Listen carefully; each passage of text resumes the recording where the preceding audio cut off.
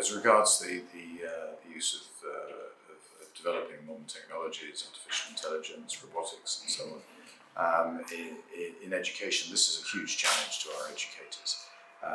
When we consider how our schooling has changed since I was at school in the 1970s and 1980s, it's hard even to recognise it.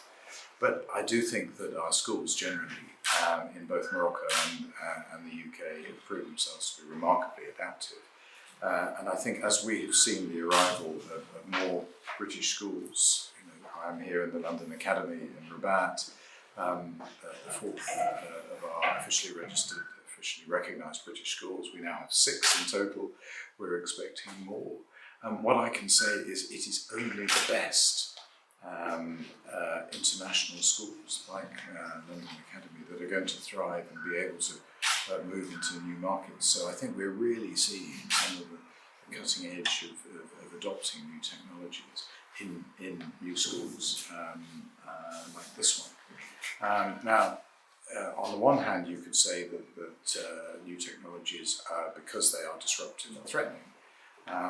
But I would see it the other way around. Look how our schools and our education systems have developed to respond to the, I'm glad to say, passing threat of COVID, but it was a long period of time where we've managed to take our classrooms out into the cloud. We have remote learning.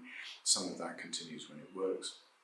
In my own organisation, in the Foreign Office, we've found that actually we travel less and we do much more online, and we appreciate personal meetings much more. And I'm sure that you'll find also that the quality of interaction between pupils and their teachers is improving as well when there is an alternative. And more generally, in the issue of the trade-off between technology and the need for manpower for the workforce. I think if you look at developments over the last few decades, you'll see that there's been an unbelievable technological revolution. And again, if I look at my own organisation and I look at the profiles of the jobs that people do, there are so many support roles that no longer exist. And yet we have at least as much demand for people to do other things as we had before. And so whenever we see certain roles being made redundant by technology, we see at least as many, if not more, being created by the opportunities that technology throws up. So you could argue we have no choice but to embrace it, but I think embrace it we should to our benefit, and I don't think we should be afraid.